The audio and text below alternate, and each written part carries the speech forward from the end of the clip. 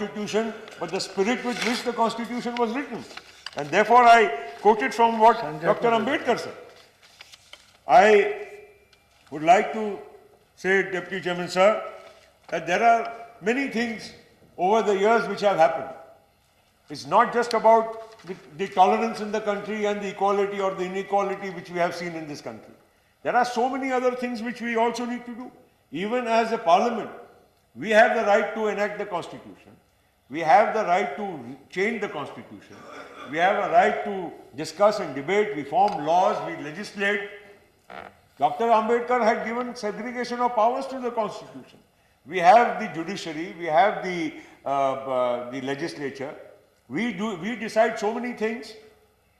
In the last so many years, we have to also worry that the segregation of powers, though well defined, there is something which is not going right.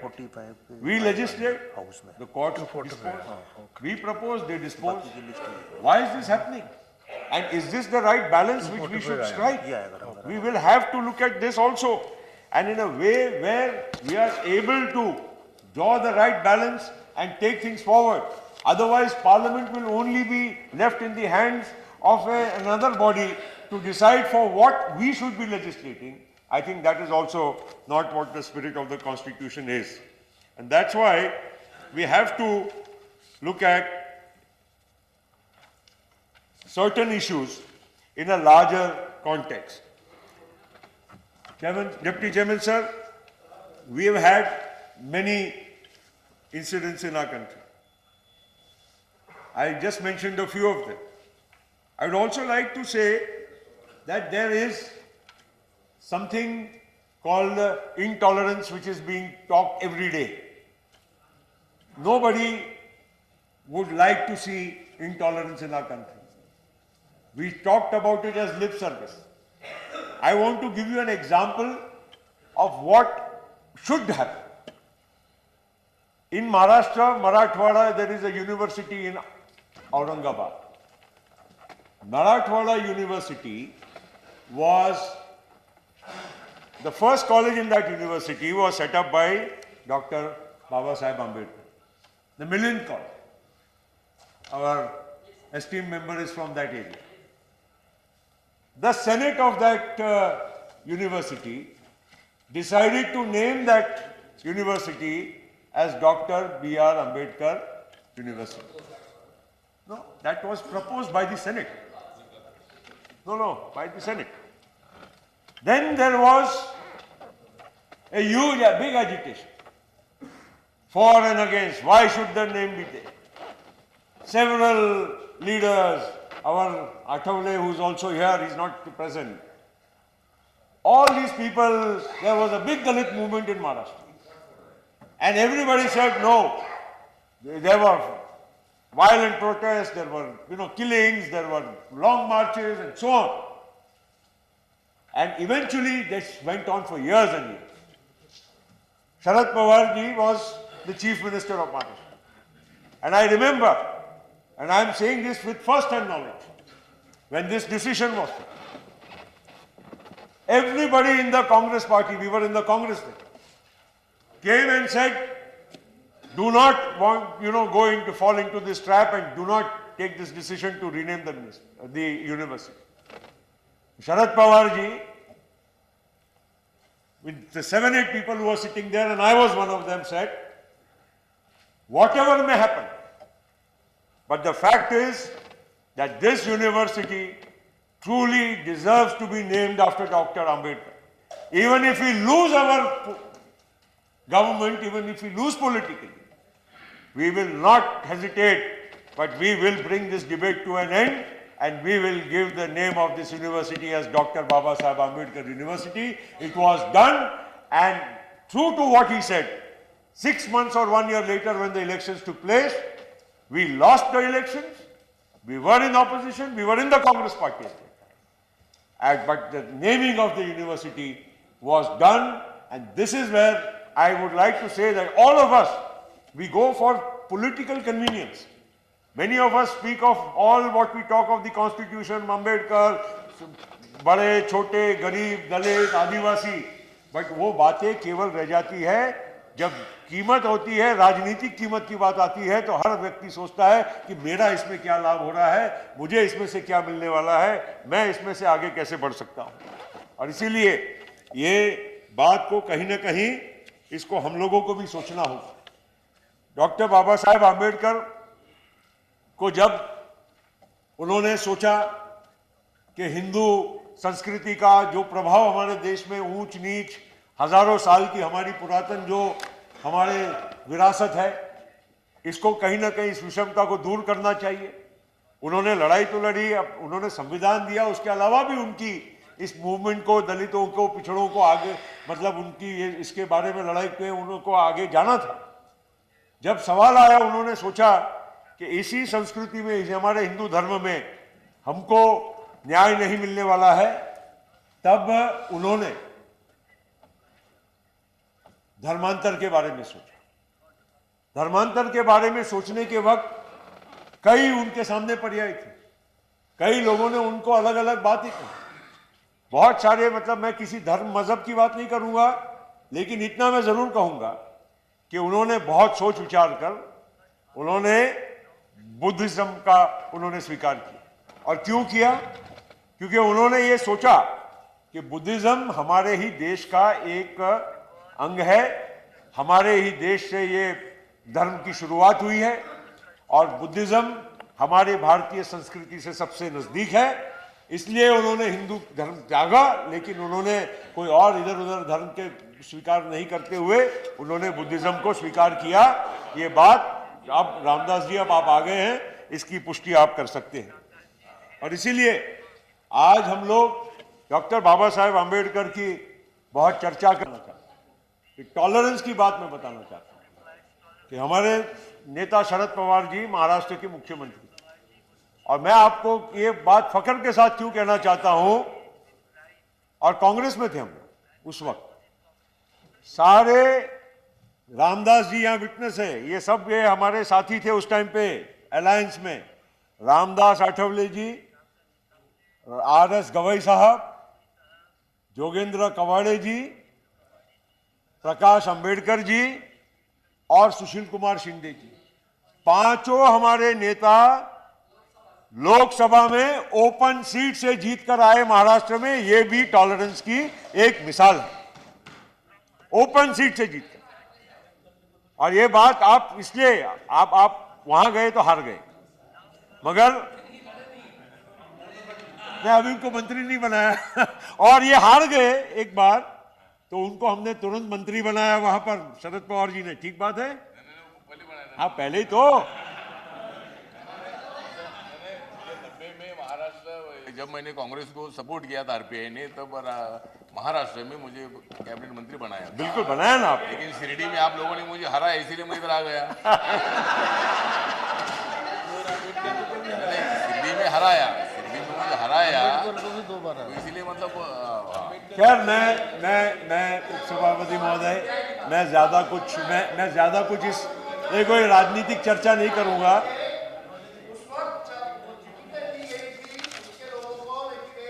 चुन के नहीं आया तो भी शरद पवार जी ने उनको बुलाया, उसमें मैं भी था, मुझे बोले कि उनको लाइए आपके दोस्त को, और उनको मंत्री बनाने का काम किया। जब वो खाली कार्यकर्ता थे, वो बनना भी नहीं चाहते थे, बोले मैं कैसा मंत्री बनूं, मैं नेता हूं। अच्छा मेरा भाषण, all right, that's okay. Now please उपसभापति महोदय, मैं इतना ही कहूंगा कि जो बहुत सारी बातें जो हो रही है, अच्छी बात है, हमारी डेमोक्रेसी, लोकतंत्र हमारा मजबूत हो, ये हमारे सबके लिए अच्छी बात है, खुशी की बात है। और इसी के लिए तो हम लोग यहाँ पर उस कॉन्स्टिट्यूशन की रक्षा और उस कॉन्स्टिट्यूशन के माध्यम से हम देश को आगे बढ़ा सके, सब लोग मिलकर काम कर रहे हैं। डॉक्टर अंबेडकर को केवल संविधान के शिल्पकार के नाम पे पहचाना जाता है, मतलब अक्सर चर्चा वही होती है, लेकिन बहुत कम लोग जानते हैं कि डॉक्टर अंबेडकर सबसे पहले तो उनकी PhD काय में थी, इकोनॉमिक्स में था। उनका डॉक्टरेट किस चीज में था कि रूपी, yes, the rupee, the problem of the rupee was his thesis on his for his PhD. बहुत कम लोग ये बात को जानते हैं कि जब आजादी के पहले की जो सरकार बनी थी, जो इंटरिम, उसमें उन्होंने वाटर रिसोर्सेज मंत्रालय की, एनर्जी मंत्रालय की, लेबर मंत्रालय, ऐसे विभिन्न विभागों की उन्होंने जिम्मेदारी स्वीकारी। बहुत कम लोगों को मालूम है कि भाखड़ा नांगल या दामोदर वैली, ये जो हमारे महत्वपूर्ण हमारे जो प्रोजेक्ट है, ये इसके सही शिल्पकार डॉक्टर बाबा साहेब आम्बेडकर थे। बहुत कम लोग जानते हैं। उनकी कल्पना थी, बनाने का काम तो फिर वो तो सरकार जो भी होगी, but this is, I am quoting a fact. I am not quoting anything. I am not. Okay. I am not involved in politics of in a debate like this. I am just quoting the fact that he was the person. So in back go home in Punjab now you should realize, and आप लोग बोलिए इस बात को। State electricity board की कल्पना निर्मिति doctor Bhimrao Ambedkar की थी। National grid बनना चाहिए, आप उनके पुराने पन्ने उठाइए और उसमें से सरकार के, आपके पास तो सब चाबी है, आप देखिए कि कहां से इस सारी बातों की कल्पना हुई। ये सारी चीजों का एक प्रकार से डॉक्टर अंबेडकर के जीवन में हम लोगों ने कभी चर्चा का विषय नहीं बनाया। हम लोगों ने केवल जब भी बात की डॉक्टर अंबेडकर की तो सिर्फ घटना के शिल्पकार, सोशल रिफॉर्मर। खुशी की बात है, वो तो है ही, वो थे, लेकिन साथ साथ में उन्होंने इस देश को भी काफी इकोनॉमिक डायरेक्शन और विजन देने का काम किया। और इसीलिए साथियों, हम लोगों को आज जब एक प्रकार से एक ऐसे महान व्यक्ति के बारे में हम लोग उनके एक स्मरण में हम लोग यहाँ चर्चा करते हैं, हम हमारे संविधान के बारे में चर्चा करते हैं, तो इसमें कहीं ना कहीं आपको और हमको हमारे देश का आगे का एक भविष्य किस तरह से हम लोग सुरक्षित कर सकते हैं। देश में, हमारे देश में रोज ये ऊंचाई नीचाई, दलित आदिवासी के ऊपर अत्याचार, माइनॉरिटीज के बारे में हम लोग रोज चर्चा करें, ये हमारे लिए ये कोई बहुत शोभा देने वाली बात नहीं है। कहीं ना कहीं हम हमारे देश को एक कैसा कर सकते हैं, एक वाक्य कैसा कर सकते हैं, इसके बारे में चिंतन करना है।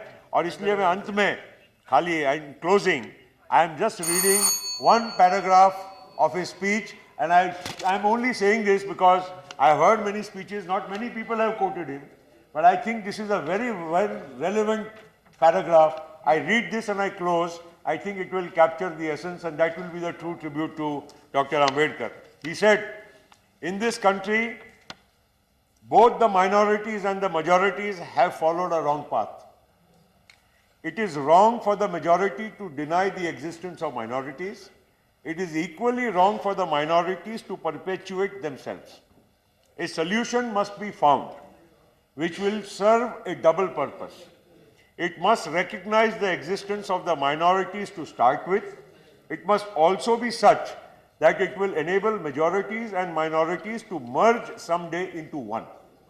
The solution proposed by the Constituent Assembly is to be welcomed because it is a solution which serves this twofold purpose. To diehards who have developed a kind of fanaticism against minority protection, I would like to say two things. One is that minorities are an explosive force which, if it erupts, can blow up the fabric of the state. The history of Europe bears ample and appalling testimony to this fact. The other is that the minorities in India have agreed to their place of existence in the hands of the majority. In the history of negotiations for preventing the partition of Ireland, Redmond said to Carson, "Ask for any safeguard you like for the Protestant minority, but let us have a united Ireland." Carson's reply was, "Damn your safeguards, we don't want to be ruled by you." No minority in India has taken this stand. This is very important. No minority in India has taken this stand. They have loyally accepted the rule of the majority, which is basically a communal majority and not a political majority. It is for the majority to realize its duty not to discriminate against minorities. Whether the minorities will continue or will vanish must depend upon this habit of the majority. The moment the majority loses the habit of discriminating against the minority, the minorities can have no ground to exist. They also will vanish. So this is quoting Dr. Ambedkar. Today, if we really want to pay a tribute to a great man and to the great Constitution of India, which we have all accepted, I think we will have to go back to history and read what he said, what he prophesied 60, 70, 80 years ago, and that is still is very, very valid today.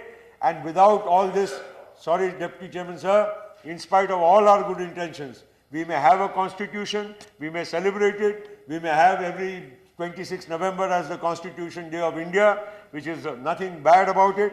But if you do not espouse the spirit and live and work with the spirit of the Constitution and the people who enacted the Constitution, I think this will be a farce of democracy. With these words, let us all work together to celebrate our great Constitution and pay our tributes to Dr. Ambedkar. Thank you, Sri Praful Patel. Thank you very much. Sri KTS Tulsi.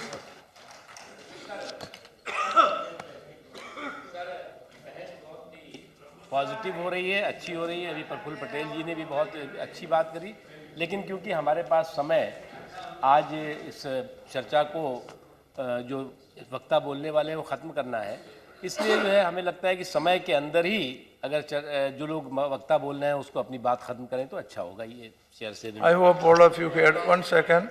I hope. We are given 2 minutes, which is not fair. We came to your No, chamber. no, no. You assured us No that question of 2 in minutes. important debates, we will also be given proper time. You want 2 minutes. What are you talking? No question of 2 minutes.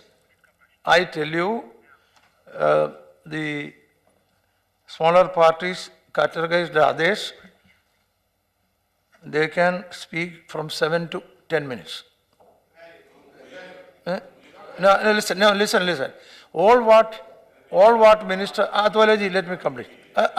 अब सुनिए, all what Athwaleji said is that we should conclude the discussion if possible tomorrow. That is one thing.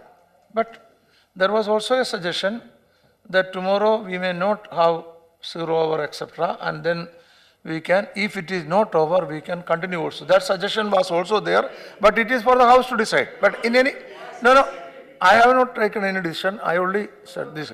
But however, I am saying, if we do not conclude, we should continue till tomorrow. no, that we will have to. If you do not, that we will have to. But what I am saying is, however, that doesn't mean that you should make it a longer speech. I am trying to accommodate all, but have self-control and self-restraint, so that you try to be within your time. But I can assure again, Mr. Gujral, that 8 to 10 minutes, if you want, you can take. But those who want to finish in 5 minutes, see, there are good speakers who can brief their speech and bring every point in 5 minutes. Then why do you worry about them? Yeah, let them do it. Yeah. He can finish it within 3 minutes. Yeah. Mr. Raja is here, who always speaks 5-6 minutes and include all points. Okay, Mr. Tulsi. Thank you, Honorable Deputy Chairman, sir. I have always believed that the Constitution of India is the best constitution in the world. As the clock struck midnight on the 15th of August, the Constitution of India not only gave us a right to equality, but gave a vote, treated men and women equal, rich and poor equal, majority and minority were given the same rights. Landlords and landless had one vote. Industrialists and laborers had one vote. It's a freedom, apart from the 9 freedoms that are guaranteed by the Constitution of India, one of the freedoms is also the freedom of religion. So therefore I feel that while Guru Gobind Singh Ji gave us the turban, it is the Constitution of India which gives me the right to wear it. And I'm sure in this country, no one will take that away. I'm a bit surprised that the Honorable Home Minister did not choose to express outrage on intolerance, but he instead was outraged by secularism. Secularism is the cornerstone of the Constitution. And I'm a bit appalled that the learned Home Minister did not take into account the times during which the Constitution was made. This Constitution was made at a time of partition, which experienced most gruesome killing of more than 1 million people. More were raped. Hundreds of houses, thousands of houses were burnt, and many people, many more million people were uprooted from one part of the country to the other. The learned Home Minister did not take into account, perhaps, that the nation of India was founded on the debris of a monumental tragedy, where over 1 million people had lost their lives. It is during this mayhem that was going on that the Constituent Assembly debated and decided on the values of our Constitution. The Constituent Assembly realized that unless a paramount significant importance was given to secularism, the nation could not be united. And that is why it chose, by making secularism a value, the Constitution gave a guarantee against a theocratic state. It also gave an assurance to everyone that India was not going to be a Hindu nation. It is not going to be the same as Pakistan, which was founded on religion. The surgical wounds of partition were thus treated by the constitution makers on the medicine of secularism. I wish the learned Home Minister would have realized the significance of this, and not only that this guarantee was given at that time. I believe that the liberal and secular values of this country have made us a great nation over the years. It is on account of this that India has progressed. It healed the wounds of partition. In comparison with the Muslims in the world, the Indian Muslim, I believe, because of the secular character of the Constitution, has in comparison been most peaceful. They have stayed away from the wars of the Muslims across the world, whether it was Pakistan, Afghanistan, Libya, Iraq, Syria, or Egypt. The Indian Muslim has remained unconcerned about those developments, and it has refused to join Taliban or Al-Qaeda. But for a few aberrations, the Indian Muslim has been loyal and patriotic citizen because of secularism. The equality, the representation given to the Muslims, the freedom to settle anywhere, the guarantee of education, employment, have strengthened secularism, and Indian Muslims have never waged a war against the nation. A few aberrations cannot be taken as an act of significant disloyalty. The successive governments in this country have also lived up to the pledge of secularism. There may be many grievances, but they have largely been resolved by dialogue. The freedom of speech was a freedom guaranteed not only on paper, but was actually implemented on the ground. The constitutional and successive governments drew inspiration from Ashoka. Our forefathers asked us to respect differences amongst each other, and the constitution makers told us that all of us will equally belong to India. The Indian Muslim, I want to submit, is not a first or a second generation resident of India. And that is why sometimes when the statement is made by ministers, chief ministers and others that Hindustan is for Hindus and the others can go away, I want to say to them, the Indian Muslim has not come from anywhere. They have been living here for centuries and they have nowhere to go. There have been loss of lives in our country. There have been communal violence. But I want to submit that it has been only an aberration. If you consider the violence that has been let loose by the West on the Muslims of the world, the US war on terror has killed 2 million Muslims since 9/11.